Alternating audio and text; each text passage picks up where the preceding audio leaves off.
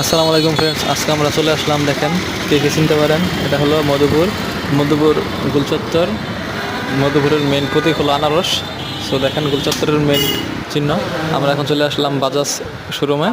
আমার দুইজন ভাতিজা আছে, তাদেরকে নিয়ে তারা একটি বাজাজ ডিসকভার বাইক কিনবে। সো দেখেন শোরুমে কতগুলো বাইকের কোনো কমতি নেই। সো তাদের এই লাল এবং ব্ল্যাক, এই লাল কালো বাইকটি খুব পছন্দ হয়েছে।